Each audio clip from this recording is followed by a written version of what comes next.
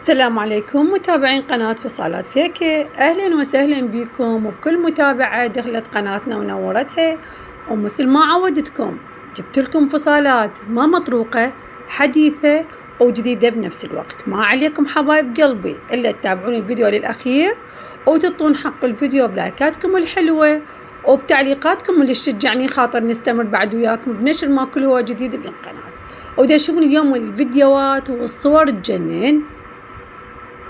شوفوا الجمال هنا بناتي، خبل سوتاجات كلها رخيصة بالسوق، بس انتو شطارتك وترتيبك للدشداشة.